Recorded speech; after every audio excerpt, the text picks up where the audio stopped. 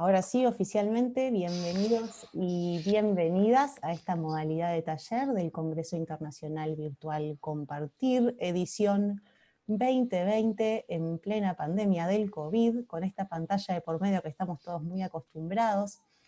No nos quedó otra, pero creo que también estamos aprendiendo muchísimo de todo este escenario. Es un gusto para mí estar aquí junto a Nicolás, un gran amigo, compañero y compatriota, que hoy nos va a hacer pensar un poquito, reflexionar y quizás pensar en esto de la reinvención de uno mismo. Y vamos a abordar la temática de cómo diseñar programas de inglés que nos empoderen a todos nosotros y a la institución educativa. Para los que no conocen a Nicolás, él comenzó su carrera hace varios años, ya tiene 18 años de experiencia en el área, se graduó del Instituto de Profesores de Artigas en el país de Uruguay, luego siguió su carrera y bueno, es magíster en... Disculpen que dejé todo por cualquier lado con este tema. Magíster en enseñanza del inglés como lengua extranjera y actualmente se encuentra cursando el doctorado en educación con línea de investigación en la formación del profesorado. Es examinador oral para la Universidad de Cambridge y además ha dado varias presentaciones a lo largo y ancho del mundo. Así que bueno, ¿qué más decir de él? Actualmente se desempeña como gerente de producto regional en nuestro querido Richmond Publishing, Grupo Santillana. Sin más que decir, Nico, todos tuyos. Muchas gracias, gracias a todos. Me uno al pedido de disculpas de Paola por esto de la tecnología, pero creo que en el año de coronavirus no podíamos esperar otra cosa más que esto, ¿no? O sea, si salía todo perfecto enseguida iba a ser como muy raro. Así que bueno, muchas gracias a todos. Tenemos ya 87 personas, éramos 400, pero bueno, sabemos que estas cosas pasan.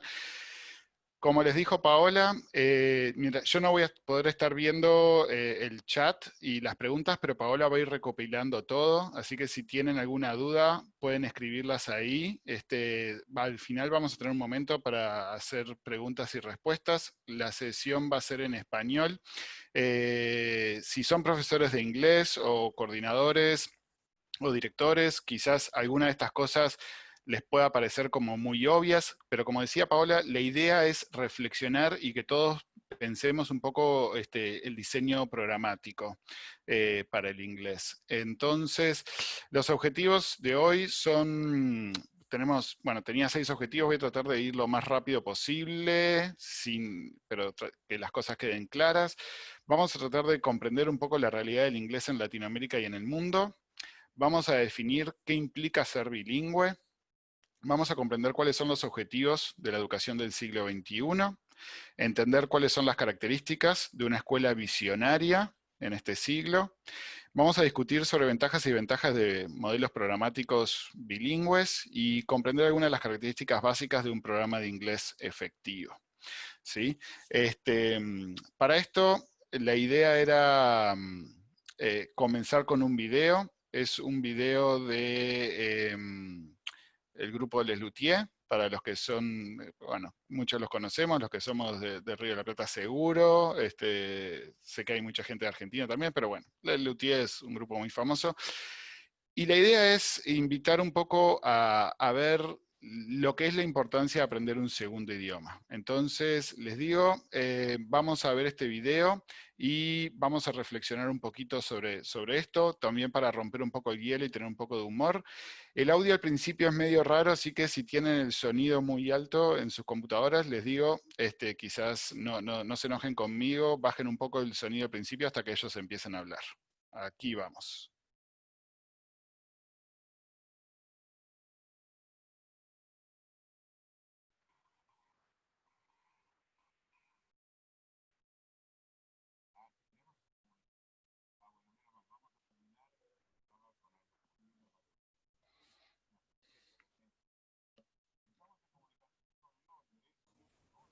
Nico, discúlpame que interrumpa, pero sabes que no se está escuchando bien.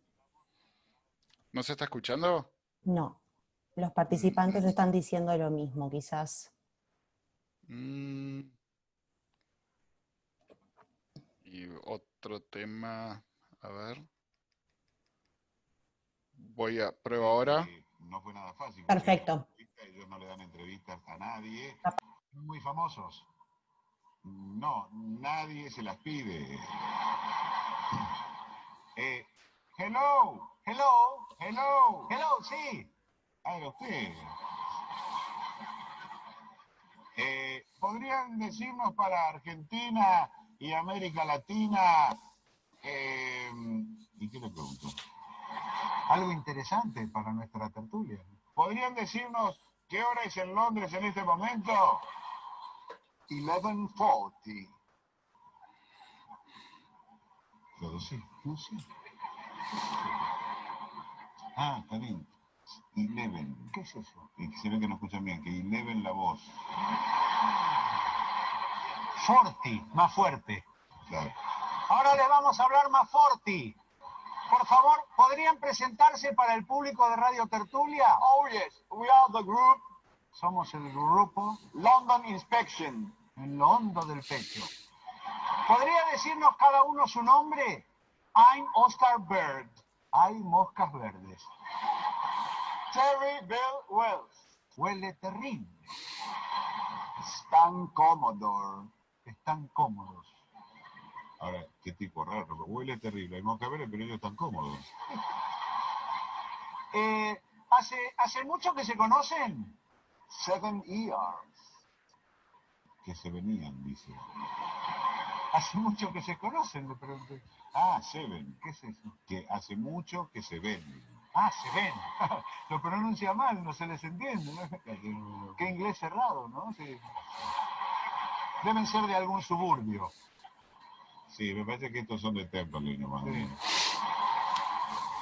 ¿Podrían contarnos cómo fue su debut como grupo musical? It was in a Christmas party. Les partieron la crisma. In that party, we met the gate manager, Buster Linden. Que va a estar lindo. We didn't know him, but somebody told us this person is the manager. El manager estaba disperso. He liked our music very much. Era muy macho. And the manager said, el manager tenía sed. Come on, trust me.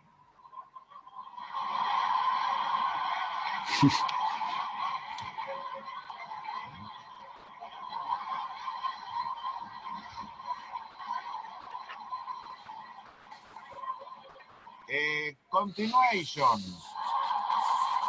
He was a wonderful son of a bitch. Magnífica zona de bichos. And then I said, I want you. Tiene sed, aguante. I believe you. A Bolivia. Ah, no, la primera gira. Londres, Bolivia.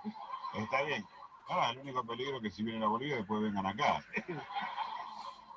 Bueno, y ahora, ya para ir redondeating, ¿podrían decirnos para Argentina, América Latina y el conurbano también? ¿Podrían decirnos cuál es su mayor deseo? We want peace. No, está bien, pero digo... Pero... ¿Los tres a la vez? Yes, peace. Bueno, no queremos seguir reteniéndolos, ni que ellos sigan reteniendo.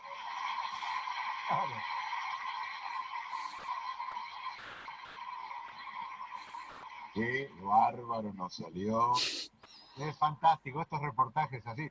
Qué importante es saber idiomas. Bien, bueno, un poco de humor para comenzar y quedarnos con esa afirmación del final, ¿no? Qué importante es saber idiomas, pero qué importante es manejar el idioma realmente como para no tener que inventar. Y qué implica saber un idioma. Y acá empezamos un poco a hacer la introspección y pensar cuál es la realidad nuestra en Latinoamérica. Yo no voy a venir a hablarles a ustedes de la importancia que es saber inglés o no, porque eso creo que a esta altura ya no se discute y no tendría sentido que nos pongamos a hablar de eso. Pero sí empecemos a ver cómo hacemos que este aprendizaje de inglés sea bueno, que sea de calidad, que sea útil para las necesidades que tienen nuestros alumnos, ¿no? Entonces, vamos a empezar con una votación. ¿Sí? Yo les voy a pedir que se tomen unos minutos. Y es un poco de cuál es el nivel de inglés de Latinoamérica. ¿Cómo creen que es el nivel de Latinoamérica? ¿Sí? Si es muy alto, alto, moderado, bajo, muy bajo. Entonces, vayan ustedes ahí emitiendo su voto. Ya estoy viendo que unos cuantos están recibiendo, están dándonos su opinión. Porque tenemos que tenemos que partir de esto, ¿no? De comprender dónde estamos parados en Latinoamérica en lo que tiene que ver con el aprendizaje del inglés. Y bien. El Bueno, 77% de los participantes contestaron, Nico. perfecto. Entonces, vemos que todos opinamos, o la gran mayoría opina que el nivel de Latinoamérica es bastante, es moderado, ¿sí? Y andamos ahí, pero en realidad, si nosotros vamos al último informe de English First del 2019, vemos que esta es la realidad, ¿sí? La mayoría esperen que me salió un anuncio, ahí, la mayoría de los países de Latinoamérica estamos entre moderados y bajos, ¿sí? Tenemos algunos muy bajos, tenemos a un país que el inglés es alto.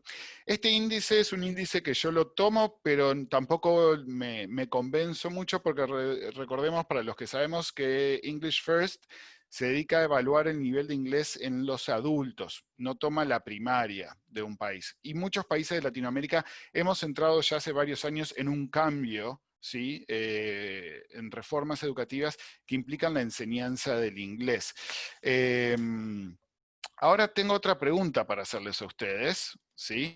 Que es, ¿cuál creen que será el idioma más hablado al 2050? ¿Sí?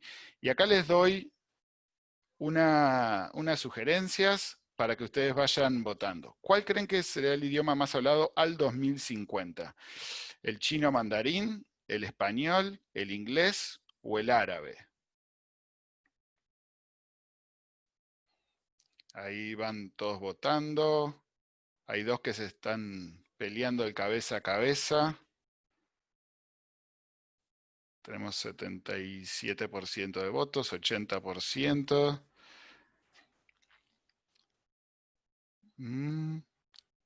Y bien, voy a ir cerrando entonces. Y la mayoría cree que el inglés va a ser el idioma más hablado del 2050, pero el chino mandarín también va a estar cerca. Y en realidad no están tan alejados de la realidad. En el año 2017 tuve el placer de atender en una de las conferencias internacionales de inglés la presentación de David Cradle, que un lingüista que para mí es era excelente, falleció el año pasado, donde él nos hacía esta pregunta a la audiencia y mostraba en gráficos cómo venía la curva de crecimiento en los hablantes de idiomas y la proyectaba al 2050. En la cima, en las altas, lo que vemos es, esta azul es el inglés, los nativos de inglés, cómo va a ir hacia el 2050. Pero miren en verde el español, cómo va a llegar un momento hacia 2030, más o menos, esta década que está empezando, donde la cantidad de nativos va a ser muy pareja, pero luego el español se estanca un poco. Ahora él nos hacía ver que si la comparamos con la del chino mandarín, realmente quedamos sumamente sumergidos. O sea, es exponencial cómo va a crecer el chino mandarín, siempre hablando de los nativos. ¿Sí? La diferencia es notoria, pero esta diferencia va a ser mucho más notoria en los años siguientes. Ahora, él después lo que hizo es, ¿qué pasa si lo hacemos, tomamos todos los hablantes del inglés, aunque no sean nativos? Y esta es la realidad. Es extremadamente exponencial cómo el inglés, más allá de las creencias que hay de que el chino mandarín va a crecer, que es un hecho, sí va a crecer, pero si tomamos los no nativos de habla inglesa, es exponencial. O sea que las evidencias de por qué estudiar inglés ya no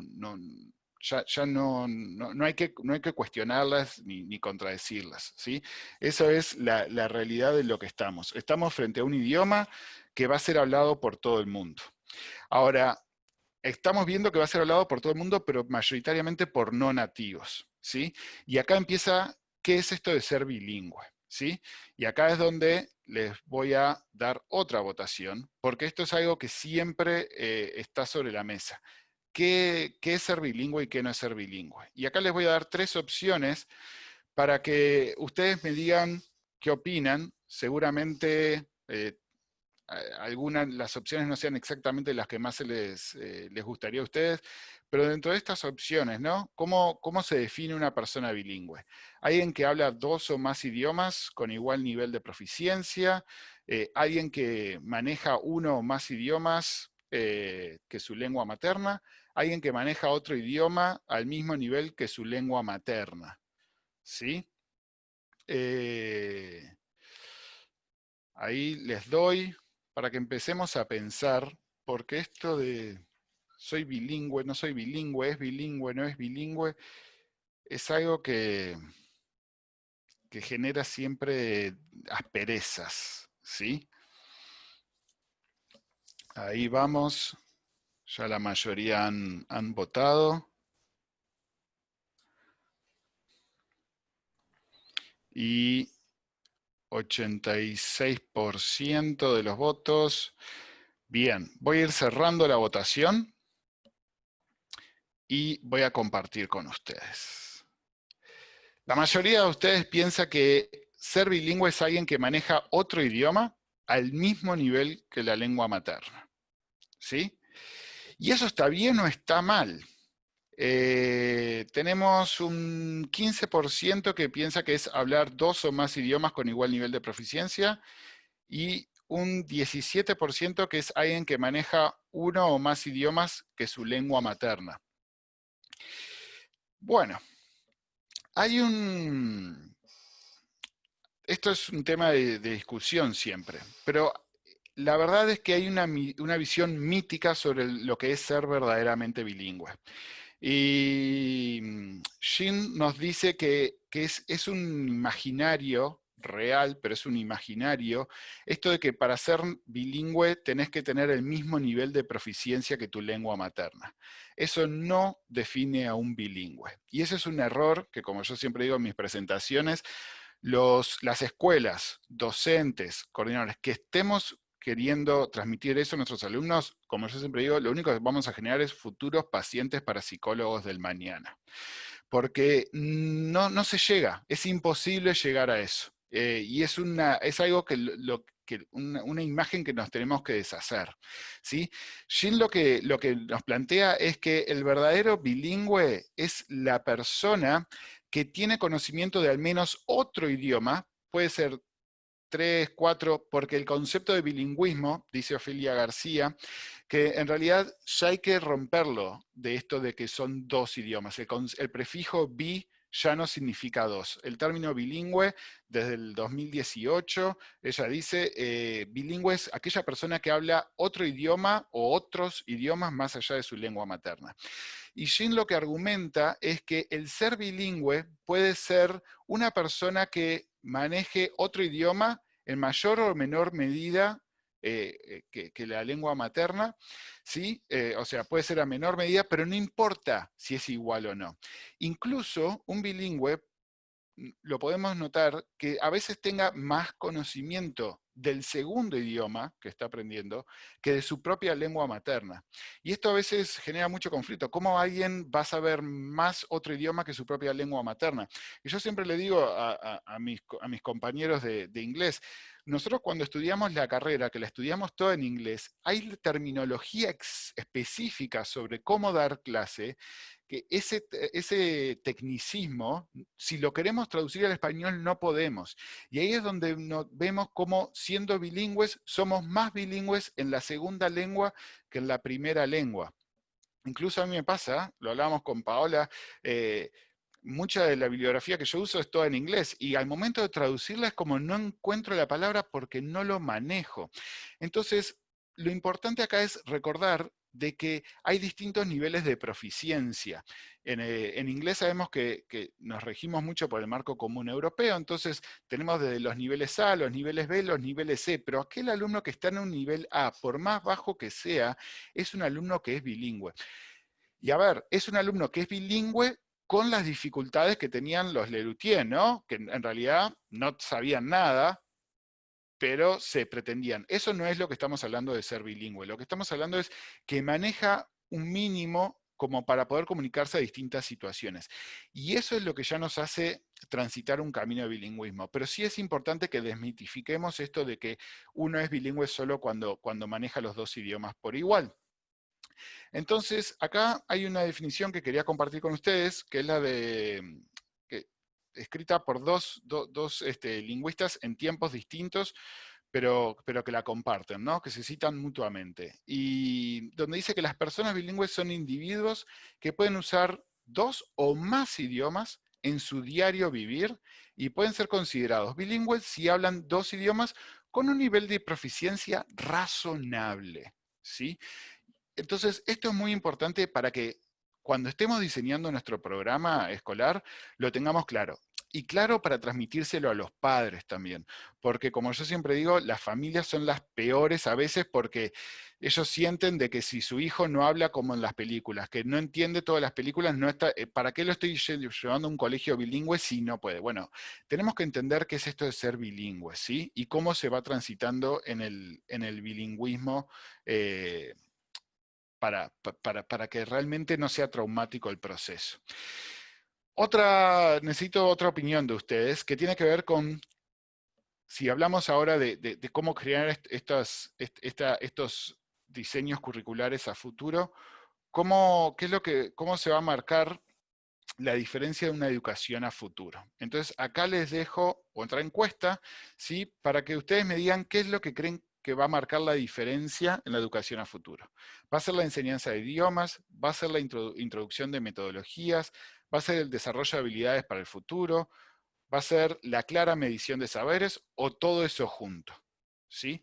¿Qué es lo que ustedes creen que va a marcar la educación a futuro? Y acá los estoy dejando votar. Todos están muy entusiasmados votando. Muchas gracias por esto, por este entusiasmo, que para los que estamos en el sur ya sé que es tarde. Y vamos bastante, a algunos les está costando más, me parece, porque los porcentajes van y vienen, van cambiando, pero ahí, bien, ya doy por cerrado y les comparto. La mayoría de ustedes, más del 63%, piensan que es todas esas, ¿sí? La enseñanza de idiomas, la introducción de la tecnología, el desarrollo de habilidades para el futuro. Es interesante que nadie marcó la clara medición de saberes, pero la tomaron en todas las anteriores. Y acá, voy a dejar de compartir, los voy a invitar con esta pregunta vamos a irla pensando. No doy la respuesta todavía. Esto es como así en las películas para dejarlos enganchados.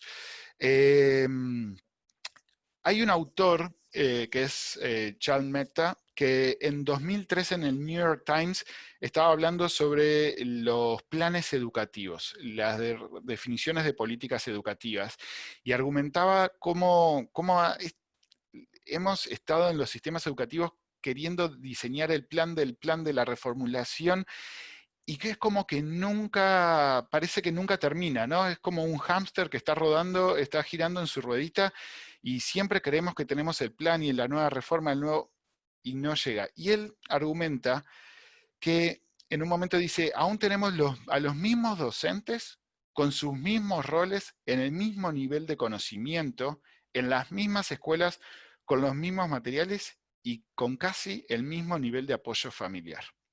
Entonces, si esto va a seguir pasando, por más creativo que nos pongamos los educadores a querer definir programas educativos, no vamos a lograr un cambio educativo realmente si los docentes se mantienen estancados en lo mismo, si mantenemos los mismos roles, vemos al docente, vemos al alumno, vemos al coordinador, vemos al director de la misma forma, que si el conocimiento no lo vemos de otra manera, que si la escuela como tal sigue estando igual, ¿sí?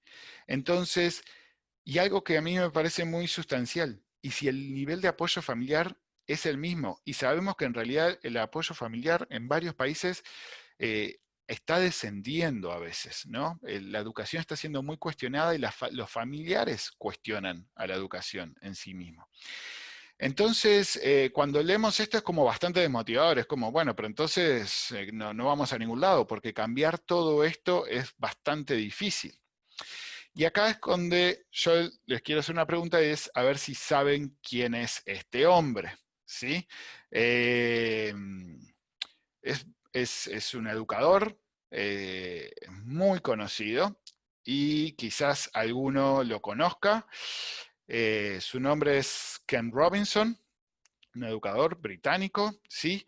Que muchos deben haber escuchado hablar de él, quizás leyeron sus libros.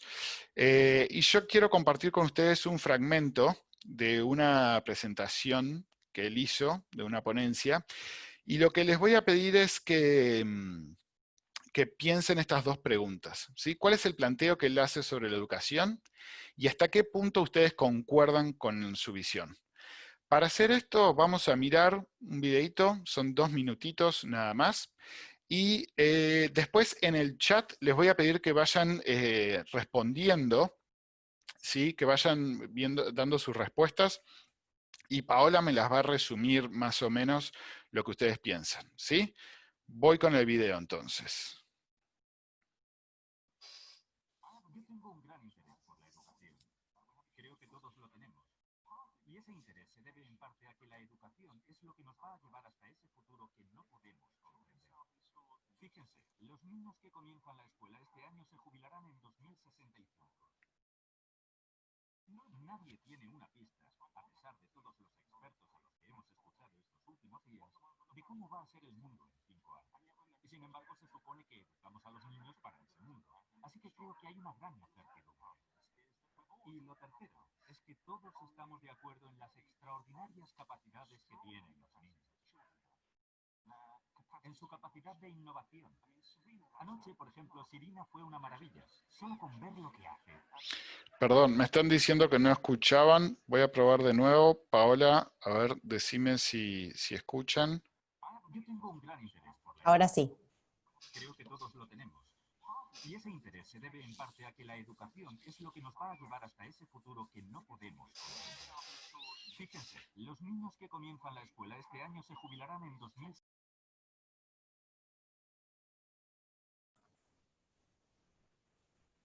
Ahora se volvió a cortar el audio, Nico.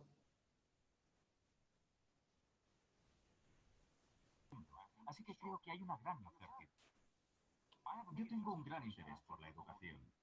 Creo que todos lo tenemos. Y ese interés se debe en parte a que la educación es lo que nos va a llevar hasta ese futuro que no podemos comprender.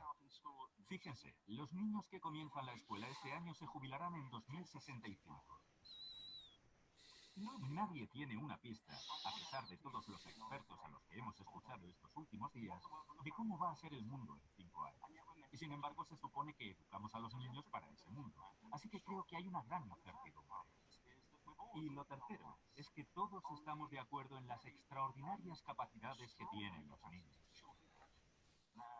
En su capacidad de innovación. Anoche, por ejemplo, Sirina fue una maravilla, solo con ver lo que hace. Es fantástica, pero no creo que ella sea una excepción entre todos los niños. Bueno, parece que no está pudiendo escuchar este video. Lo gracioso es que tengo el audio compartido desde la computadora, entonces, no sé. Bueno, Quizás, Nico, podemos retomar un poco lo que estaba diciendo para contarles a aquellos que no escucharon. sí. Les comento un poco lo que dice lo que dice Ken Robinson. De las preguntas que yo les hacía, ¿cuál es el planteo que él habla sobre la educación? Bueno, su planteo es básicamente, quizás algunos lo llegaron a escuchar, él dice, estamos enseñándole ahora, y a los chicos que les estamos enseñando de los niños, se van a jubilar en el 2065. Esta conferencia es del 2003. ¿Qué les estamos dando en la educación para que esto que les estamos enseñando ahora sirva para el futuro, para ese 2065? Entonces, lo que él dice es, tenemos que replantearnos todo lo que estamos haciendo y tenemos que poder llegar a ver ese 2065. Y su planteo es que la única forma de cambiar la educación es haciéndola creativa. Que no tenemos que enfocarnos tanto en la alfabetización. Él no critica la alfabetización, dice que está bien, pero que hay algo más importante que la alfabetización, y es la creatividad. Y es lo que todas las escuelas deben enfocarse, en generar gente creativa. Y esto es el planteo, ¿no? ¿Hasta qué punto estamos de acuerdo con esto? Que la educación tiene que apuntar a lo creativo. ¿Por qué? Porque en su visión, lo creativo es lo que genera a las personas estratégicas, habilidosas, que no usan, no reproducen, sino que son ingeniosas. ¿Sí? No sé si ustedes comparten esto, si no lo comparten. No sé, Paola, qué es lo que se está diciendo en el chat. Comparten plenamente con lo que estás diciendo, hablan de lo importante que es la parte creativa, hay muchos sís, comparten al 100%, nos cuenta Sofía. Perfecto. Absolutamente de acuerdo, Jenny, están todos 100% de acuerdo. También dicen que además refuerza la importancia de la creatividad en todas las áreas de desempeño, y se puede ser creativo, pero se necesita experiencia y conocimiento, que da lugar a la innovación. Buenísimo, buenísimo. Un montón de comentarios, la verdad. Genial, gracias a todos. Ahora, la pregunta que me hago, y que seguramente nos hacemos todos, es cómo hacemos de la creatividad el cambio educativo. Porque tampoco quiere decir que la escuela, si mi padre viene a mi escuela porque es bilingüe, mi padre va a pedirme que el niño sepa inglés, ¿no? O sea, o lo que sea, o si va y quiere, bueno, que sepa sumar, que sepa restar. O sea, los conocimientos son importantes. Pero, ¿cómo hacemos para que la creatividad sea el cambio educativo? Cuando yo me hago esta pregunta, me viene una imagen a la mente. Y es de una película que ya tiene varios años. Quizás alguno reconozca de dónde viene esta imagen. Esta es una escena de una película, no sé si alguien en el chat ahí, Paola, está escribiendo de qué película viene esto, o si se acuerdan. Ya tenemos a alguien que se dio cuenta enseguida. Mariela nos dice Death Poets Society, Sociedad de los Muy bien. Poetas Muertos, en todos los idiomas lo Exacto. tenemos, Nico. Bien, buenísimo. Para mí es una de las películas que marca una diferencia. Y en esta escena, en La Sociedad de los Poetas Muertos, que al que no la haya visto se la recomiendo, es cuando, esta es una escena del final, pero está inspirada en una escena de la mitad de la película, que es cuando Robbie Williams, que personifica a un profesor de literatura, ellos están analizando una obra y él nota que le están diciendo todo eso memorístico, no memorístico, pero lo que está políticamente correcto decir, lo que es el conocimiento claro. Pero él nota que no lo sienten, que no están sintiendo la literatura, que no están pudiendo viajar con la literatura. Entonces les dice a todos que vayan al escritorio de él y se paren en el escritorio, y así los hace pasar uno a uno. Y mientras que están pasando, él les pregunta, ¿por qué creen que les hago pararse sobre este escritorio? Y bueno, como buenos adolescentes, empiezan a hacer bromas, algunos dicen, bueno, porque querés que nos sintamos más altos. Y él les dice, no. La razón por la cual les hago pararse en el escritorio es porque cuando ustedes creen que saben algo, tienen que acordarse que lo tienen que mirar desde una óptica distinta. Siempre que creemos que sabemos algo, lo tenemos que mirar desde una óptica distinta. Y eso para mí es clave en la educación. Y si queremos ser creativos, no se trata de generar algo nuevo. No se trata de aprender cómo enseñar de nuevo. Se trata de saber utilizar lo que tenemos, pero desde una óptica distinta. Y esta es la invitación de este taller en los diseños curriculares.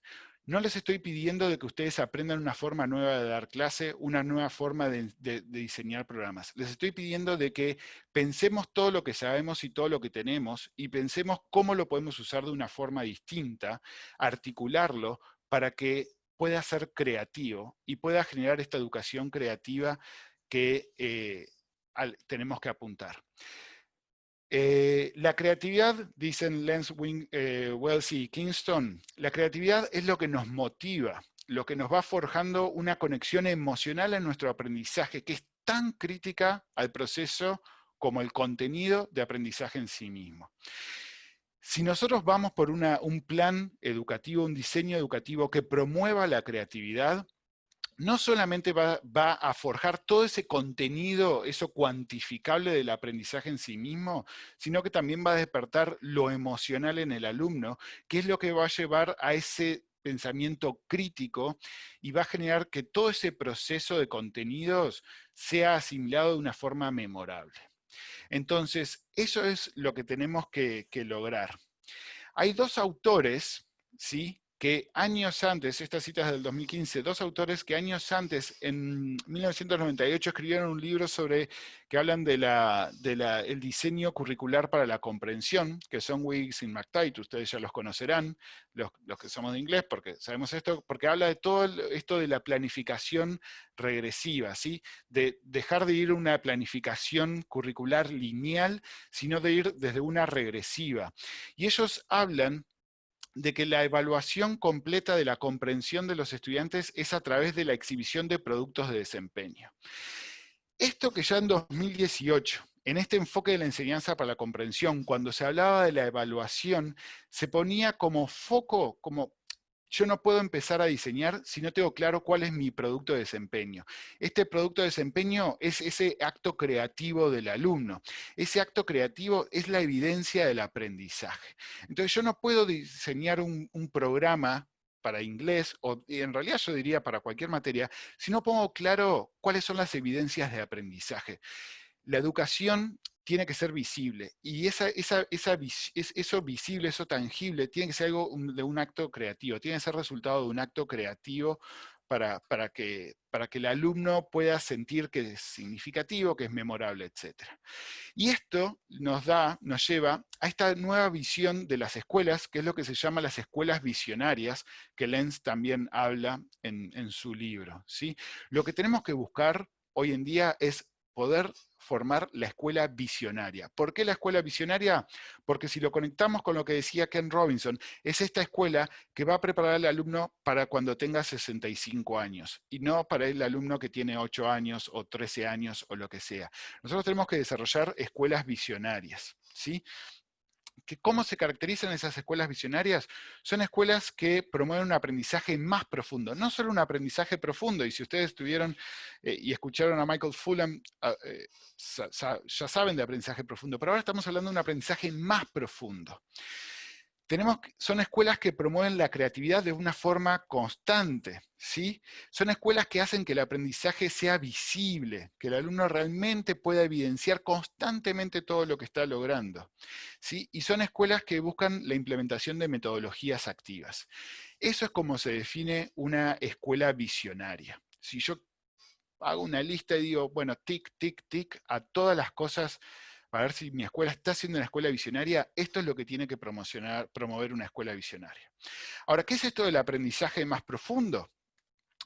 Lenz lo define como, el aprendizaje es un término usado para nombrar al diseño escolar, justamente, ¿sí?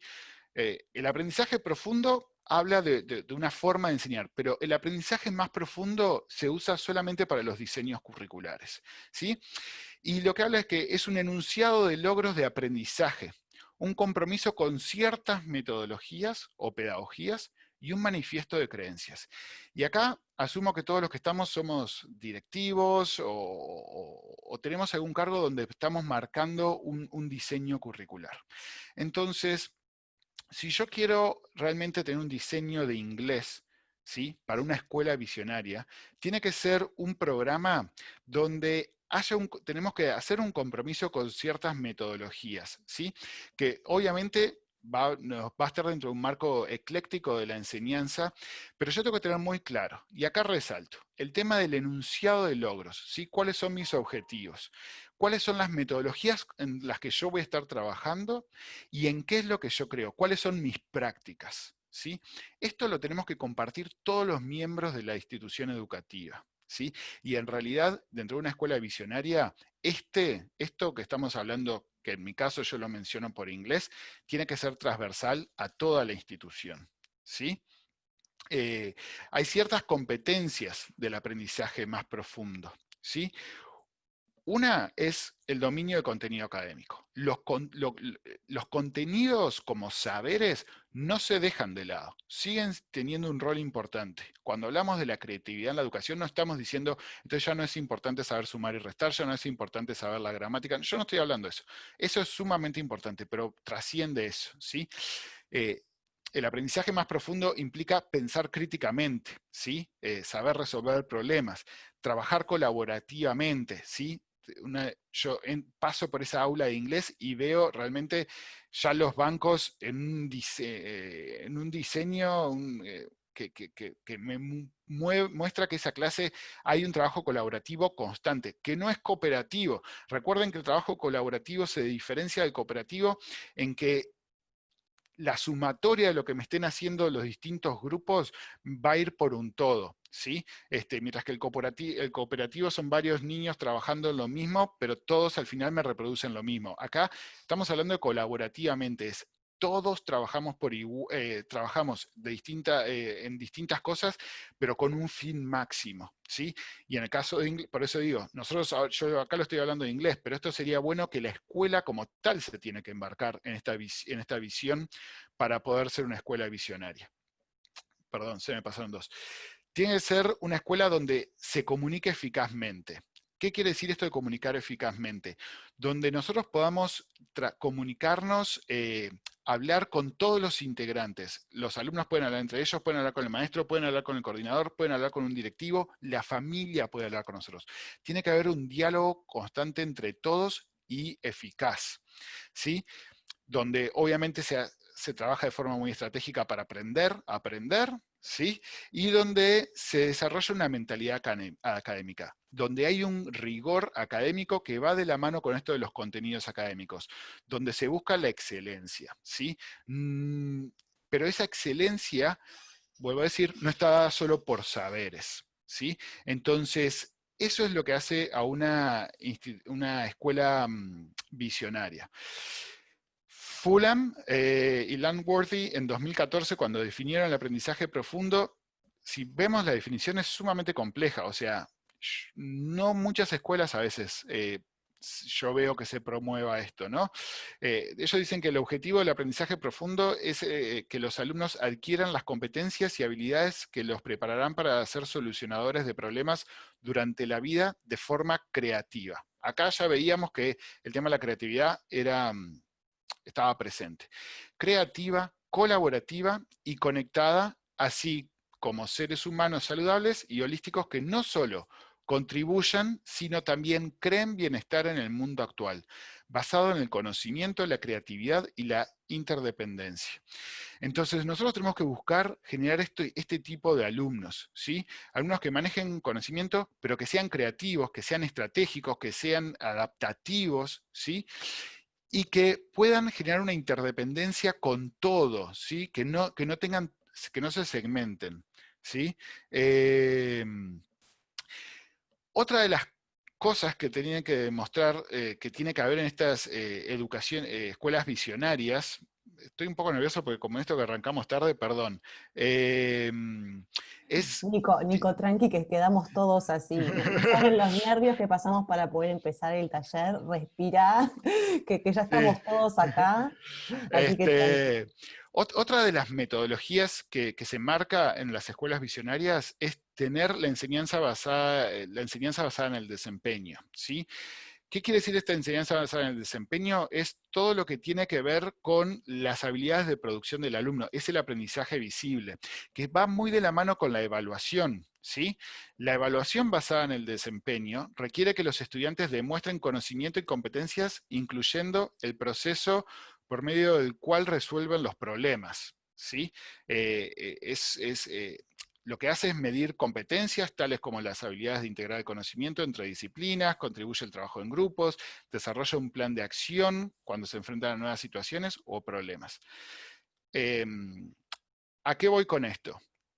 Cuando yo les hice la pregunta de que ustedes me dijesen qué era lo que marcaba la educación para el futuro, para que sea creativa, nadie seleccionó la parte de la evaluación. Asumo que todos los que seleccionaron todas las anteriores lo consideraban también. Y esto es muy importante. ¿Por qué? Porque en inglés tenemos los queridos exámenes internacionales, que algunos de los que se anotaron para este taller me lo preguntaban cómo cuadraba el examen internacional, que a veces no calza mucho en lo que queremos ver. Lo que queremos ver como educación de este estilo, ¿no? Porque los exámenes son como bastante estructurados, el alumno a veces sabe hacer un montón de cosas, pero el examen no evalúa todas esas otras cosas. El examen es un examen de mera competencia lingüística. Para poder integrar esto, es importante que nosotros hagamos de que esta evaluación basada en el desempeño, nosotros podamos mostrarle al alumno constantemente todo lo que está pudiendo hacer. Entonces, todas esas competencias que esos exámenes internacionales, que son meramente lingüísticas, nosotros todos los días en todas las clases terminemos esa clase con una habilidad de desempeño, como las que pueda ser evaluada en el examen o no. Pero el alumno se tiene que estar acostumbrando a poder ver que es capaz de. Y ese capaz de, y esos exámenes, manejarlos como habilidades y no como conocimiento lingüístico solamente. Porque la mayoría de los exámenes, como ustedes saben, lo que mide son habilidades, no solamente conocimiento lingüístico. Y si alguien tiene dudas o tiene preguntas, vayan escribiéndolas para después yo intentar aclarar dudas al final. Pero esto es muy importante. Nosotros tenemos que estar haciendo todo lo que...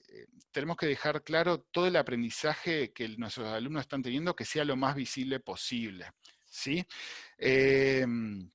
Otra metodología es el aprendizaje basado en proyectos, ¿sí? Y el aprendizaje basado en proyectos, como ustedes ya lo conocen, lo que me interesa rescatar es que cuando nosotros vamos por un aprendizaje basado en proyectos, tiene que ser un aprendizaje auténtico, tiene que ser real, en base a preguntas motivadoras, atrapantes, tareas que sean problemáticas, ¿sí? Y donde los alumnos trabajen colaborativamente. acá estoy tratando de que ustedes vean cómo están organizando sus programas de inglés. Sus programas de inglés son basados en proyectos, son basados en la indagación, son basados en la problematización del aprendizaje, o son programas de inglés donde me estoy rigiendo por un libro, donde solo estoy hablando de temáticas, pero le estoy declarando las temáticas en lugar de estar indagando las temáticas, ¿sí?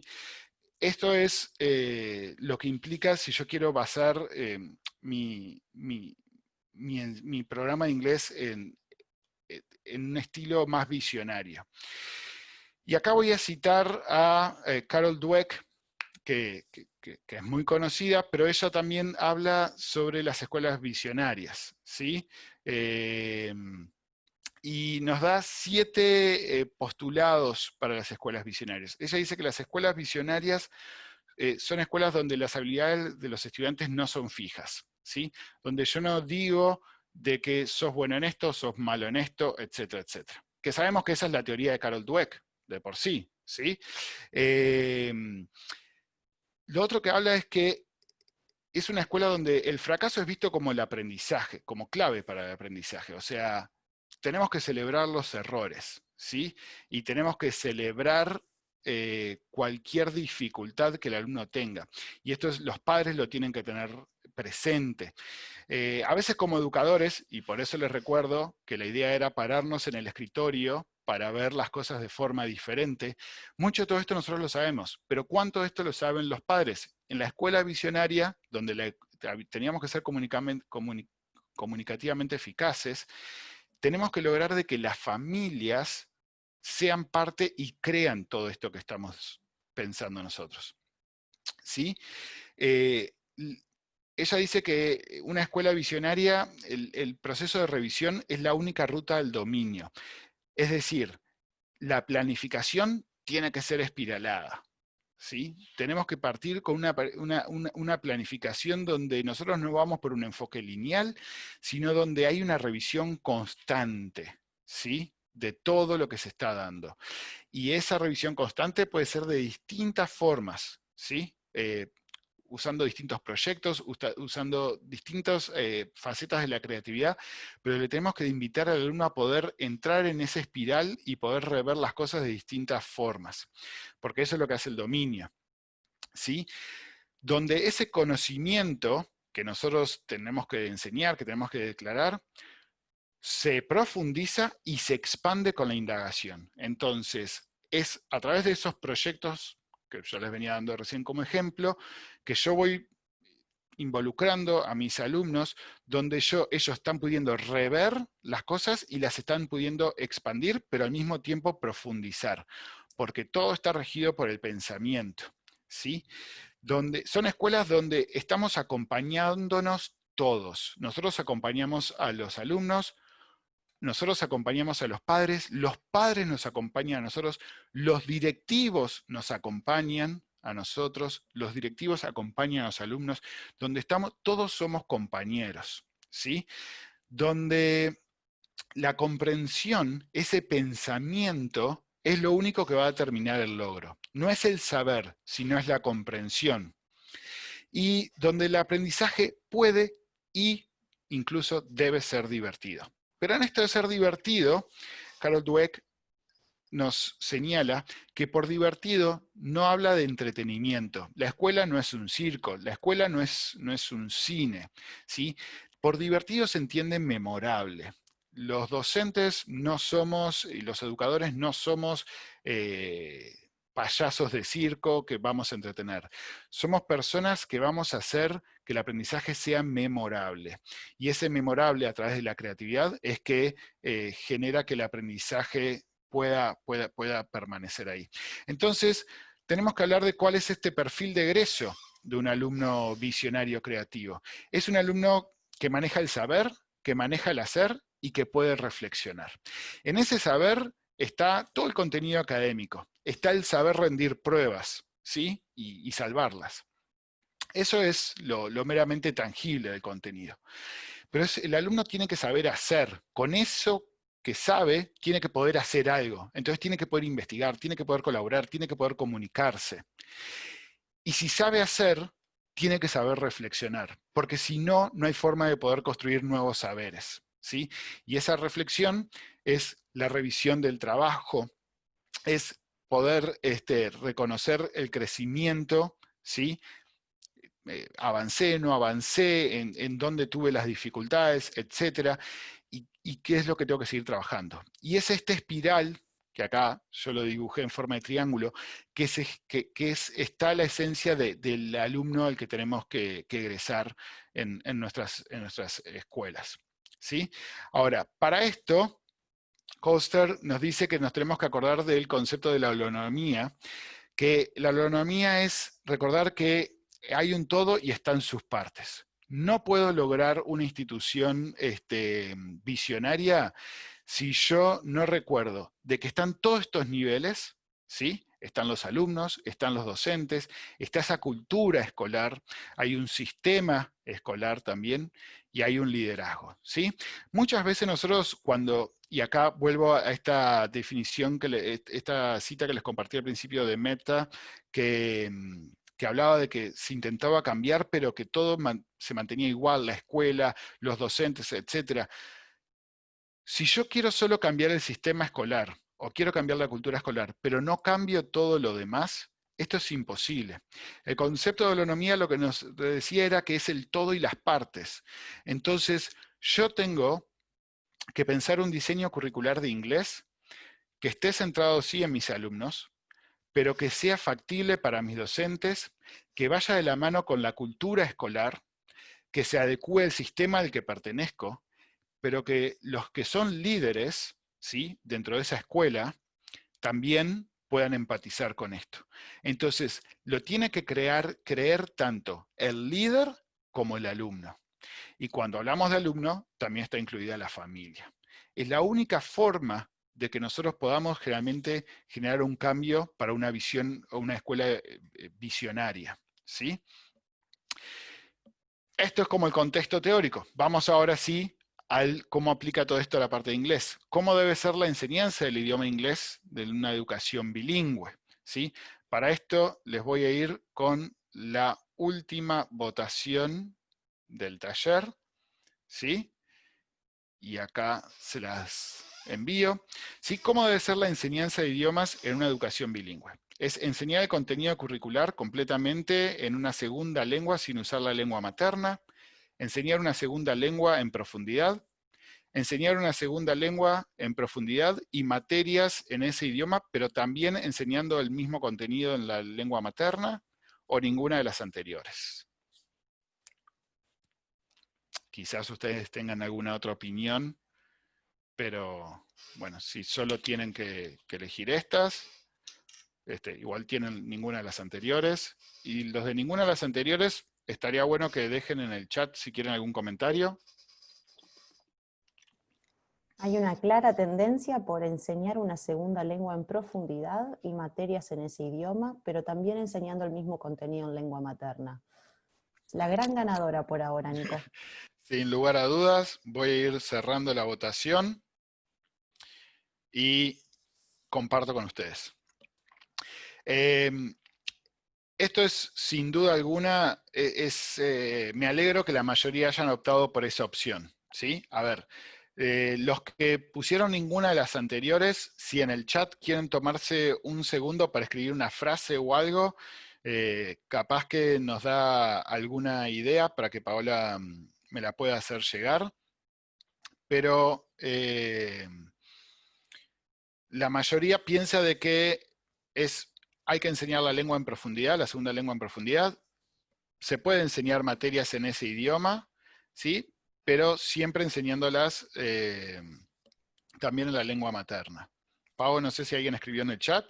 Sí, nos están comentando que más bien haciéndolo aplicable en ese momento, que pueda ser algo vivencial. Esos son los comentarios que estamos teniendo al momento. Buenísimo, buenísimo. Lo cual también es muy cierto. O sea, los que somos de inglés, que estamos acá, que seamos de inglés, sabemos que lo de el perro está bajo la mesa y todo eso ya hace años que por suerte se dejó.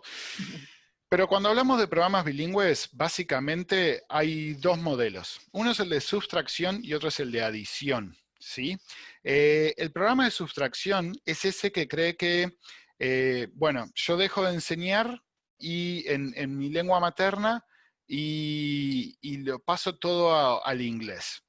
Ese es un modelo, ¿sí? Entonces, bueno, ya dejo de enseñar matemáticas, ciencias, historia, lo que sea, en español, las enseño en inglés y esta es una escuela bilingüe, porque tienen una materia que se llama español, pero todas las demás materias las tienen en inglés. ¿Es válido? ¿Está bien o está mal? Tengo mi opinión, pero capaz que alguno lo hace ese modelo y cree. Lo que tenemos que tener en claro cuál es el pro y los pros y los contras de eso. Tiene un pro que es una mega exposición al idioma, sin lugar a duda, pero tiene un gran contra, que es que le resta la posibilidad al alumno de ver ese contenido en los dos idiomas. Cuando yo estoy haciendo que todas las enseñanzas de materias sean solamente en una segunda lengua, si estoy privando al alumno de poder realmente disfrutar lo que pueda hacer las ciencias, las ciencias naturales, las ciencias sociales, la matemática, lo que sea, porque le estoy poniendo como interferencia un segundo idioma que quizás no le gusta. Nosotros sabemos que hay alumnos que dentro de sus distintos tipos de inteligencia puedan manejar una inteligencia lingüística que haga que sean brillantes en el segundo idioma y entonces pueden adquirir cualquier otro contenido. Pero, ¿qué pasa si ese alumno no puede adquirir ese contenido porque se lo estoy bloqueando por la segunda lengua? Eso es un error gravísimo, porque le estoy privando al alumno la posibilidad de poder llegar al conocimiento. Ahora, si yo voy por un programa como los de adición, que hay distintos modelos, y no nos vamos a meter en eso, la idea acá es que yo mantengo mi currículo en español sin tocarlo, y lo único que hago es enseño la segunda lengua en profundidad y puedo trabajar o no, eso va a depender según cuáles de los modelos use, de adición, enseñar materias, ¿sí? En inglés. Pero ¿qué hace? Si el alumno es brillante en inglés, capaz que termina disfrutando matemática porque la vio en inglés y lo ayuda a mejorar matemática en español. Pero si el alumno odia inglés, pero sí es muy bueno en matemática y como la recibió en español, cuando la vea en inglés, se va a sentir que, inglés ahora yo puedo participar, porque sí, esto de matemática que lo aprendí en español, lo puedo llevar acá. Le estoy dando una oportunidad de mejorar en ambas áreas. El programa de diseño curricular más usado en estos momentos es el de Dual Languages o el de doble idioma, ¿sí? Que acá Soltero es para mí una de las mejores personas para hablar de educación de programas dobles, y lo define como la educación de doble idioma es un programa aditivo e intercultural de largo plazo que constantemente usa dos idiomas para enseñar el contenido y aprendizaje y comunicación, donde los estudiantes desarrollan altos niveles de bilingüismo, doble alfabetización y competencias académicas e interculturales. Esto, si a mí me preguntan, es para donde tenemos que ir en el diseño curricular. Cuando Soltero habla del diseño curricular, dice que hay que empezar por una base, que para poder diseñar este programa, tiene que ser un programa donde esté basado en la investigación, en la teoría y en buenas prácticas. Es decir, yo como escuela, y esto va de la mano con la visión de escuela visionaria que les estaba transmitiendo, tengo que creer en la investigación como centro para mi escuela. Tengo que manejar la teoría de lo que eso implica, de enseñar de esta forma, y tengo que poder llevarlo adelante. Si yo tengo esto, puedo empezar a trabajar en los tres pilares del diseño curricular de idiomas dobles. Lo tengo que trabajar a nivel de maestros y de directivo de la escuela. Todos los maestros y todos los directivos tienen que creer, tienen que manejar la teoría, tienen que creer en la investigación y tienen que ser capaces de ejercer estas buenas prácticas. ¿Qué son las buenas prácticas? Es poder implementar todo esto. Luego tengo que diseñar tanto el currículo y la evaluación para que se refleje en esto. O sea, tengo que ir por un currículo basado en la indagación, tengo que ir por un currículo basado en la enseñanza basada en evidencias, tengo que ir por un currículo en aprendizaje profundo, y tengo que diseñar evaluaciones que estén de la mano con esta creencia. Y finalmente, tengo que poder transmitir todo esto a la familia y a la comunidad. Todos los padres, todos los docentes, todos los alumnos, todos los directivos de la comunidad, somos todos los que hacemos la escuela. Todos tenemos que manejar este mismo idioma. Y Soltero dice que si yo logro tener estos 3 pilares en eje, en buenos cimientos como los que están ahí, realmente yo voy a tener a estos alumnos bilingües e interculturales que vayan a ser académicamente exitosos. Si no, no los voy a poder lograr en este sentido del bilingüismo y la interculturalidad, que es lo que apunta la enseñanza de idiomas en estos tiempos, ¿sí? Entonces, teniendo en cuenta todo esto, ¿cómo hacemos un modelo de programa de la enseñanza del inglés post-coronavirus? ¿O cómo lo tenemos?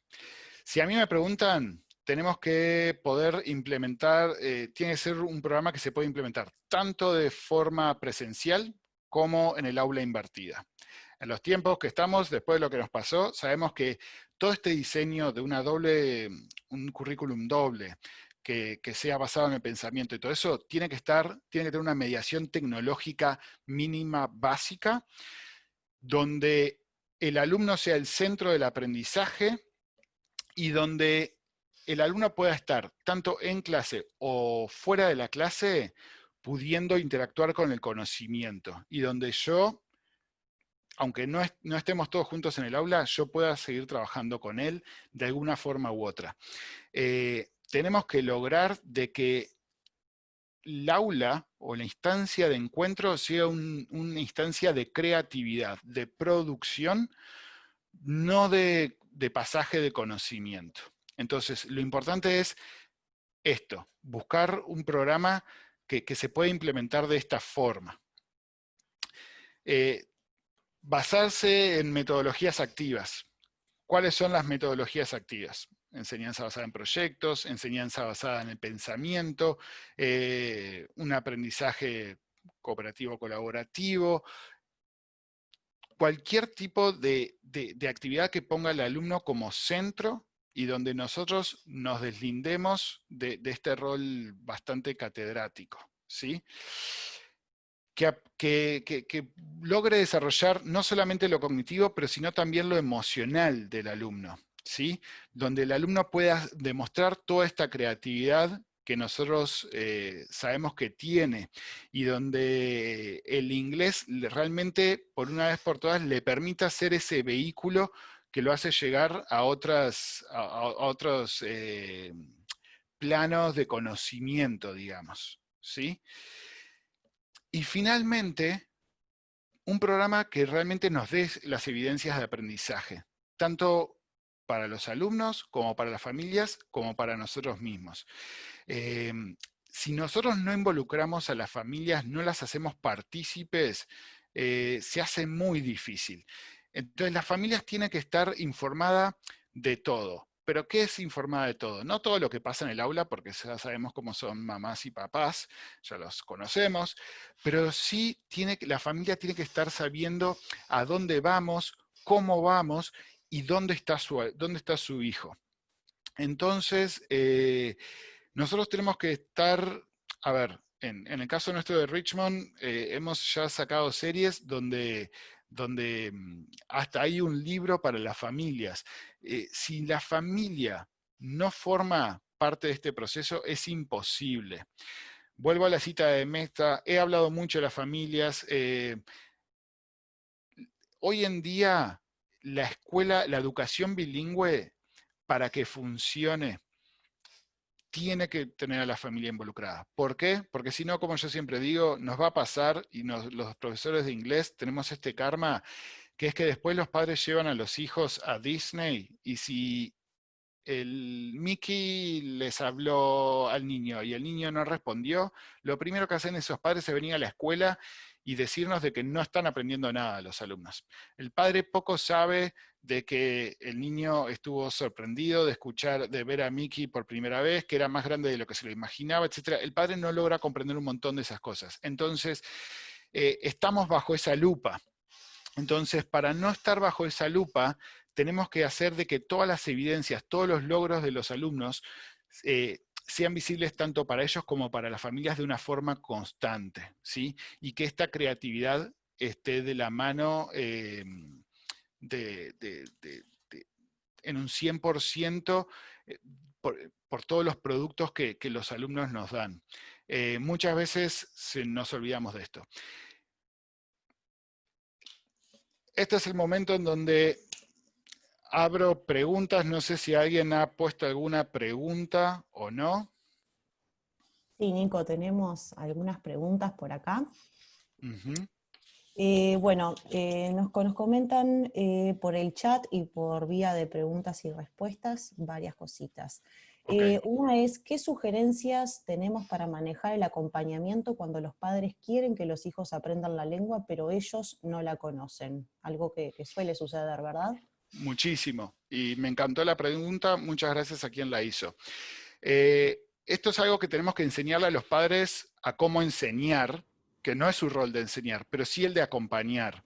Entonces, lo primero que tenemos que decir a los padres es que la forma más fácil en la que ellos pueden ayudar es que el hijo les cuente qué hacen. Los padres no se tienen que meter a enseñar. Eso es lo peor que nos puede pasar, me parece, a todos los que somos de inglés. Porque sabemos que los padres cuando se quieren meter a enseñar se centran en que si el niño sabe la estructura gramatical o no la sabe, si sabe el vocabulario, si no lo sabe. Nosotros lo que promovemos es que el padre le pueda mostrar videos en internet, que pueda, nosotros le podemos recomendar algún texto y decirle al padre, ya, que tu hijo lea este texto, o que vaya a la casa y le diga, mira, podés preguntarle que te responda estas preguntas, pero que hablen. Muchas veces los alumnos en inglés no participan incluso en la clase, a veces porque no tienen un mínimo de cultura general. Cuando nosotros nos metemos en un programa de educación bilingüe y empezamos a trabajar por áreas de indagación, los chicos no manejan el contenido que tiene que ver, no sé, con el arte, con la música, lo que sea. Y muchas veces los padres se olvidan de que llevándolos a los hijos a un museo, hablándoles de cosas de la vida, el niño tiene insumos para poder participar en el aula. Podrá participar con un inglés malo quizás, pero el alumno empieza así a despojarse de esos temores que no le permiten participar. Y cuando el alumno empieza a participar es cuando el alumno se empieza a empoderar. Y cuando el alumno se empieza a empoderar es cuando el alumno empieza a aprender. Entonces, lo mejor que le podemos decir a los padres es, si nuestros maestros tienen tiempo, yo siempre recomiendo todos los viernes manden un mail diciendo, hicimos esto, esto y esto, y pueden hacer esto y esto y esto. Traten de ver este video en YouTube, traten de leer este cuentito, o pídanles que les digan la historia tal. Esas cosas que a veces hacíamos con los preescolares, a veces hasta las tenemos que seguir trayendo con los adolescentes, porque sobre todo con los adolescentes, porque los padres ya se creen que los adolescentes pueden aprender solos y se deslindan un montón. A veces los padres en la primaria todavía se involucran en el proceso. Pero yo lo que les recomiendo es eso. Enseñémosles a los padres que la forma en que pueden colaborar es no enseñando inglés, pero sí sumando conocimiento general y transmitiéndole a sus hijos la confianza para poder involucrarse más en nuestra aula. Cuando estén en nuestra aula, nosotros les enseñamos el inglés. Eso no hay problema. Bien, buenísimo, Nico, gracias. Una pregunta bastante relacionada a esa, pero esta vez para el lado de los docentes. Dice, ¿cómo empoderar la enseñanza del inglés en una institución en la que solo hablan inglés los docentes de inglés? Bien, buenísimo. O sea, solo los docentes hablan inglés y la institución no está empoderándose de la enseñanza, no se está agarrando de eso. A ver, yo creo que acá me ha pasado de trabajar en instituciones de ese estilo. Lo mejor que podemos hacer es tratando de que si podemos conectar contenidos con otras materias, que los docentes de las demás materias empiecen a ver cómo desde inglés les estamos ayudando a que sus alumnos mejoren incluso en las otras materias. Lo otro, muy importante, es si se empoderan en trabajar por indagación y por proyectos, empezar a crear y que se vea.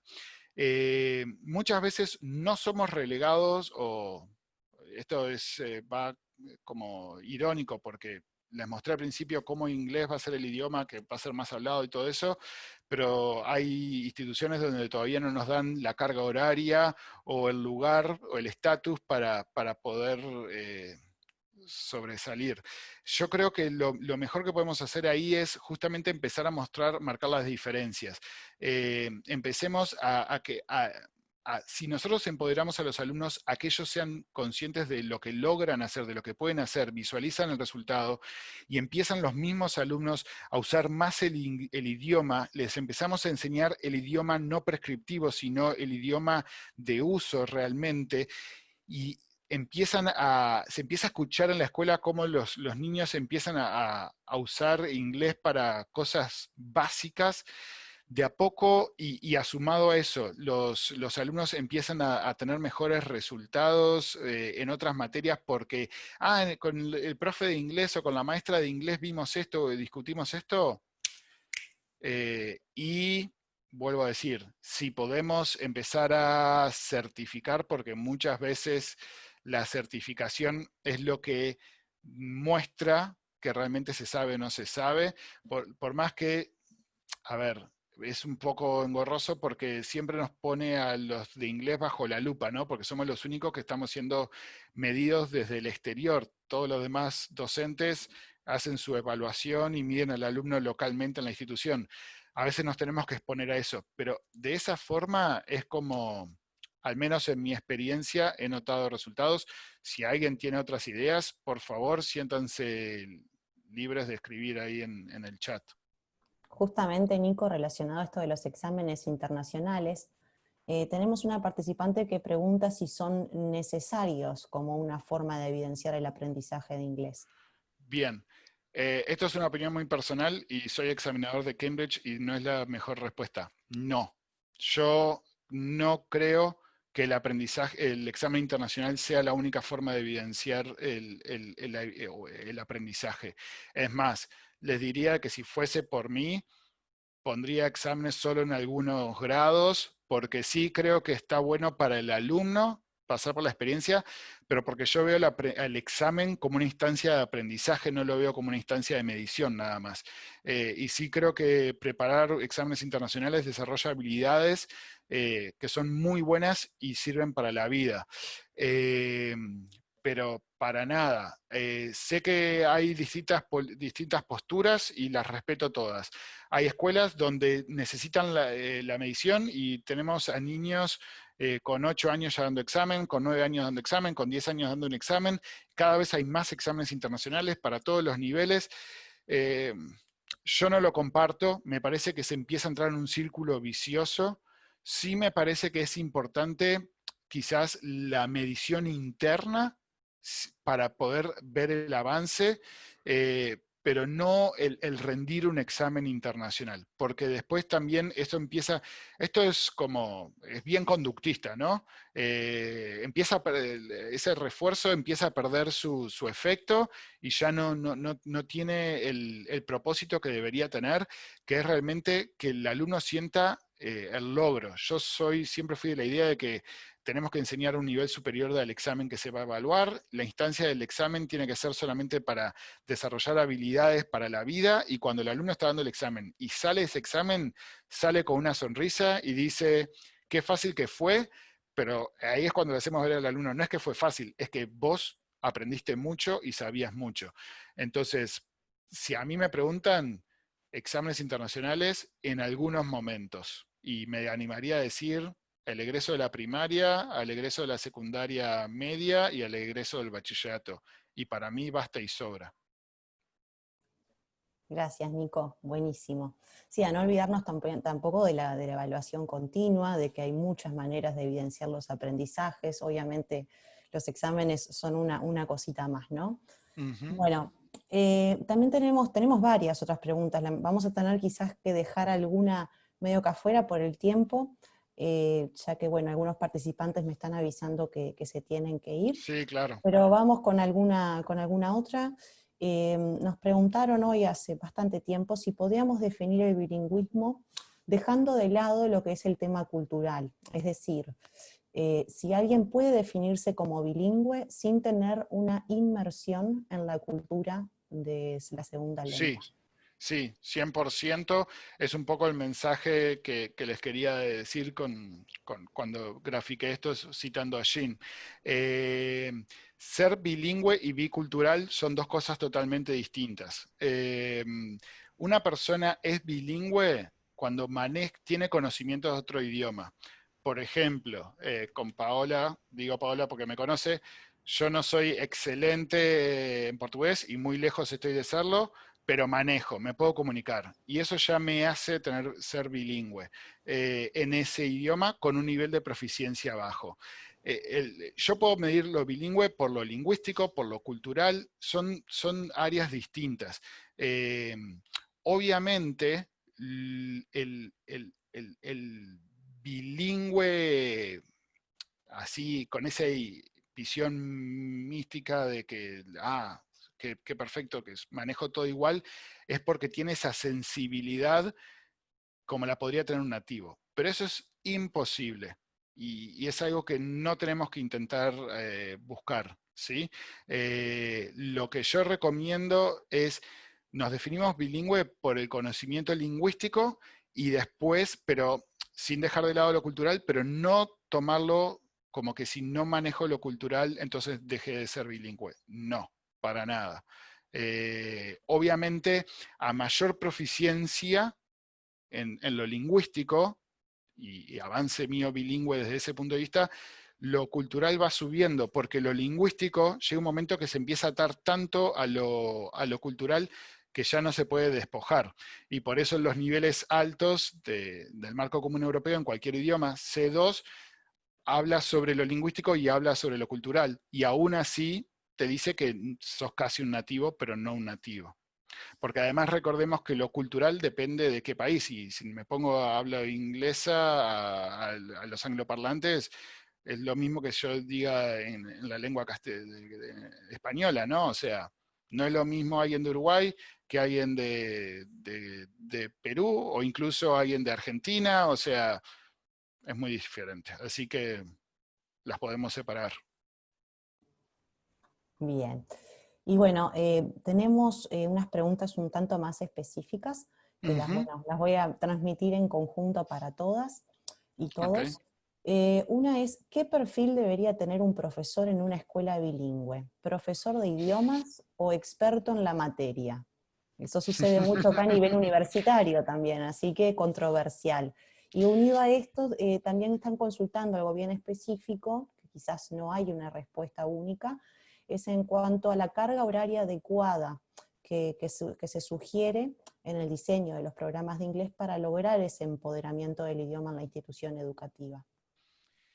Bien, bueno, voy con la primera. Creo que de vuelta va el propósito. Si ustedes van por un bilingüismo de sustracción, lo que más les va a interesar es que el docente sea un experto en la asignatura y no tanto en el idioma. ¿Qué nos va a dar eso como resultado? Algo que puede ser alumnos con dificultades lingüísticas, no que no se vayan a poder comunicar, pero que sí puedan manejar el conocimiento. A ver, yo no soy de la idea de los programas de sustracción, creo que se percibió. Yo soy de la idea de los modelos de adición y en tal caso, dependiendo el nivel, igual siempre primaría de que sea un docente de lengua, porque en esos casos yo estoy enseñando ciencia, y me ha pasado a mí tener que dar historia, tener que dar ciencia, matemática por suerte nunca me tocó porque soy muy malo, y lo que hago es, el contenido pasa a ser un insumo, una excusa para desarrollar un montón de cosas, entre ellas las habilidades lingüísticas, pero no es el fin mío necesario. Ahora, si ustedes están haciendo sustracción y el fin es adquirir el conocimiento de la disciplina, yo creo que buscaría a una persona muy sapiente de ese saber, con un buen nivel de lengua. Entonces, y esto lo enlazo con qué nivel de inglés tienen que tener los docentes para ser bilingües. A ver, para un colegio bilingüe, yo creo que no podemos hablar de un docente si no tiene mínimo, no está en el extracto alto del marco común. O sea, si no está dentro de las bandas C, C1 y C2, la veo no imposible, pero sí me parece un poco desleal para el alumno y para esa familia que está confiando en nosotros. Porque más abajo hay más chances de que el docente pueda cometer errores, lo cual es natural, pero sí lo estamos privando de algo que es muy importante, que es poder usar el lenguaje de una forma comunicativa correcta. Y el fin de aprender un idioma es poder comunicarse. Lo que me acerca más a un nativo en mi modelo bilingüe es poder lograr esta competencia comunicativa. No me quiero poner muy teórico, pero la competencia comunicativa está dada por 4 subcompetencias, de las cuales una de ellas tiene que ver con lo discursivo y lo sociocultural. Entonces, si el docente no tiene un nivel de competencia de un nivel C como para que pueda usar el lenguaje de una forma lo más natural posible, ya le estoy limitando a mi alumno las posibilidades de adquirir el idioma para el fin máximo, que es el comunicativo. Entonces, esto es una historia muy grande, pero yo creo que realmente el docente tiene que estar en el extracto del C, sin lugar a duda, para la secundaria un C2. Sé que es muy difícil a veces, que no es fácil conseguir docentes con esto, con este perfil, pero es lo que yo realmente siento, así que no puedo dejar de ser honesto. Y después, en el número de horas, esto es muy particular. A ver, creo que mínimo tiene que haber una exposición que sea, estoy hablando de primaria, esto va a cambiar mucho en el modelo de primaria y secundaria, y de preescolar. Para mí de preescolar, yo creo que si no es el 50% español, 50% inglés, es más preferiría que fuese más inglés que español en el preescolar incluso, porque esos primeros años son básicos, y esos primeros años el niño en lengua materna lo está recibiendo por todo su entorno y la familia, pero en la segunda lengua solo el colegio se los puede dar. Entonces ahí yo siempre digo, si no puede ser mitad del turno en español, mitad del turno de inglés, traten de que sea eso, y si puede ser más de la mitad del turno en inglés y menos en español, mejor todavía. En la primaria, yo creo que tiene que haber por lo menos encuentros por lo menos diarios de por lo menos 2 horas todos los días estar viendo. Vuelvo a decir, yo creo mucho en que si estoy en un colegio con doble turno, un turno para inglés, un turno para español o bastante cerca de eso. Ahora, si me dicen tengo todo un turno y lo hago todo inglés, no, ahí sí yo jugaría, porque como todo el turno de la tarde o el turno de la mañana está en español y tienen todas las materias, le dedicaría por lo menos 8 horas, 10 solo a la materia inglés y el resto a las de contenido como matemáticas, ciencias en inglés, pero sí el turno. En la secundaria eso me cambia. En la secundaria lo más probable es que si yo sigo pudiendo enseñar materias en inglés, y hice un programa de inglés bueno en la primaria, mis alumnos van a terminar con una competencia de un B algo y van a llegar a la secundaria para poder desarrollar los últimos niveles, y ahí ya estaríamos hablando de 6 horas de inglés por lo menos. Pero voy a decir, esto es muy particular con cada institución, entonces como que me siento medio como que estoy inventando al responder. No es que esté inventando, pero va a variar de cada institución. No, además lo que sucede, Nico, es que no hay una receta mágica y no hay un Exacto. contexto igual al otro. Entonces es imposible decir algo que sea algo cumplir a rajatabla. Así que bueno. Pero sí, obviamente estoy dispuesto, si alguien quiere mandarme un correo o lo que sea, sé que con la invitación les salía mi correo porque algunos ya me mandaban las preguntas. Estoy más que dispuesto a poder tener un intercambio, si quieren una opinión o algo muy particular, bienvenido sea. Sí, justamente tenemos varias preguntas bastante específicas que quizás no aplican a todo el público, así que si les parece, esas preguntas que no nombré, que no leí en voz alta, Nico igual las va a poder ver en el chat y sí les pedimos que en todo caso se comuniquen con nosotros. Nico acaba de dejar su correo en la sección de chat y con mucho gusto vamos a estar en contacto. ¿Sí? Uh-huh. Bueno. Yo de mi parte, decirles que van a tener acceso a la presentación si desean. Después la gente de Compartir se va a contactar con ustedes. Aquí tienen, también les dejo toda la bibliografía. Y de mi parte decirles muchas gracias y ponerme las órdenes. Y les deseamos lo mejor para este año tan atípico que nos tocó. ¿Sí? Muchas gracias, Pau. Hasta Gracias a vos luego. por moderar. Y la verdad, No, gracias a por favor. todos. Y sigan disfrutando del Congreso. Hasta luego. Chao, chao.